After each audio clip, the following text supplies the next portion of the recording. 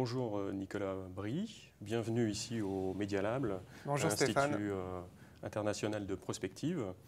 Nicolas Brie, vous êtes directeur de l'innovation chez Orange Valley, au sein de la division innovation marketing technologie d'Orange. Vous dirigez des équipes qui travaillent sur l'innovation, sur le numérique, les plateformes collaboratives, l'Internet des objets. Vous êtes diplômé de Supélec, d'HEC, et vous avez également une thèse sur l'innovation rapide. Vous accompagnez des projets de start-up au sein d'HEC, et on peut vous joindre également sur votre blog à rapideinnovation.fr ou sur Twitter à Nico Brie.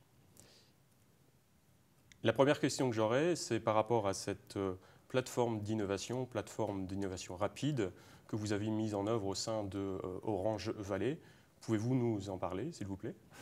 Alors tout d'abord, merci de me recevoir au sein de l'Institut de prospective de l'Université catholique de Lille. La plateforme d'innovation rapide, elle cherche à répondre à une question qui est comment accélérer l'innovation dans les grands groupes. Comment retrouver l'agilité, la vitesse de la start-up qu'on a été au moment où s'est créée l'activité du groupe. Pour ça, on a défini 4 principes en observant la manière dont se déroulait l'innovation dans différentes entreprises, dans différents secteurs. Le premier, c'est l'autonomie. Sans autonomie, pas de motivation. L'autonomie, ça veut dire donner une certaine indépendance à une équipe d'innovation, lui permettre de se développer. Et c'est ce qu'a fait Orange avec Orange Valley, c'est ce que font d'autres groupes comme Pernod Ricard avec Big, l'Air Liquide avec iLab, voilà, différentes entités d'innovation un peu à part du grand groupe. Le deuxième principe, c'est la tension créative, c'est-à-dire que l'innovation, c'est une discipline, comme le marketing, comme l'économie. Il est bon de s'y former et puis de donner un cadre de réflexion à son innovation qui peut être dans le temps, arriver à résoudre tel sujet, telle problématique client, tel usage, dans un laps de temps donné. Le troisième point, c'est la partie alignement stratégique. Vous êtes une entité d'innovation à part, mais vous n'êtes pas séparé du groupe. Donc, il faut arriver à rapatrier l'innovation dans le cœur du business du groupe. Et pour ça, les réseaux de connexion humains sont encore les meilleurs. Parler d'innovation avec ses pairs au sein du groupe. Gérer un portefeuille d'innovation partagé avec le cœur du groupe. Et puis le quatrième point, il est un peu plus spécifique au digital. C'est ce qu'on appelle le modular design ou l'innovation modulaire. Et pour nous, on utilise le terme un petit peu mystérieux des API.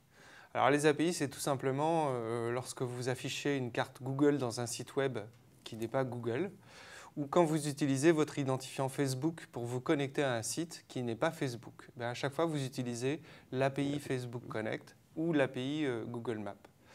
Et ces petits modules permettent en fait aux applications de coopérer entre elles, de co-créer. C'est une matérialisation très concrète et très automatique de l'innovation ouverte. Et ce quatrième principe est important parce qu'il permet finalement de rapatrier l'innovation au sein du groupe sous forme de plateforme et de permettre à d'autres entités du groupe ou à l'extérieur du groupe de créer des services autour de cette API, autour de cette plateforme, créant véritablement un écosystème d'innovation. Voilà, donc autonomie, tension créative, alignement stratégique et design modulaire avec les API, c'est les 4 principes de cette plateforme d'innovation rapide. Alors cette plateforme regroupe combien de personnes? Alors c'est une plateforme qui est documentée dans le blog rapideinnovation.fr et puis qu'on a mis en place au cours de différents projets d'innovation au sein de la direction innovation marketing technologie. Très bien. Notamment, on a toute une approche autour des API qui s'appelle le programme d'API d'Orange pour faciliter la coopération d'Orange avec ses partenaires, grandes entreprises ou petites entreprises, dans cette logique de création de nouveaux services. On a aussi cette approche-là pour l'Internet des objets où on met en place une plateforme qui s'appelle DataVenu pour permettre, à partir des données qui sont collectées sur les objets connectés, la création de nouveaux services. Voilà, les actifs des uns pouvant servir à la créativité des autres. Très bien. D'autres choses sur cette plateforme? Alors, on a une instantiation qui est tout à fait intéressante sur cette plateforme qui s'appelle Imagine with Orange, où là, on a poussé la collaboration avec le monde extérieur auprès des consommateurs, des utilisateurs, des étudiants. Et on sera heureux d'accueillir ceux de l'Université catholique de Lyon et de l'ISED pour imaginer ensemble les services numériques de demain. Donc, chaque trimestre, Orange propose un thème. En ce moment, c'est la Smart City, la ville intelligente, et invite les consommateurs, les utilisateurs à partager leurs idées. Une idée, c'est très court, 120 caractères. Les gens peuvent commenter, enrichir les idées des uns et des autres.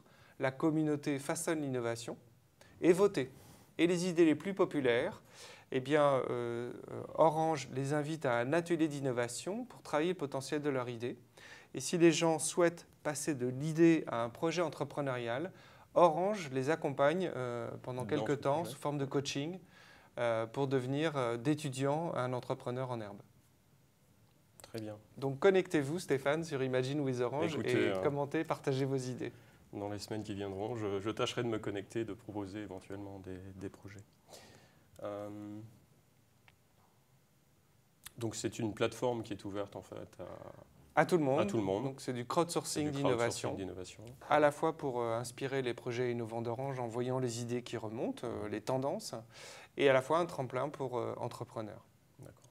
Donc on voit bien de l'interne et aussi de l'externe. Voilà, c'est tout à fait équilibré comme relation. C'est ce qu'on a souhaité faire avec cette plateforme collaborative. Parfait, très bien. Nicolas Brie, je vous remercie beaucoup pour ces explications. Vous pourrez retrouver Nicolas Brie sur son blog rapideinnovation.fr, également tweeté à @nicobrie. C'est ça. Merci Stéphane. Merci Nico. Là.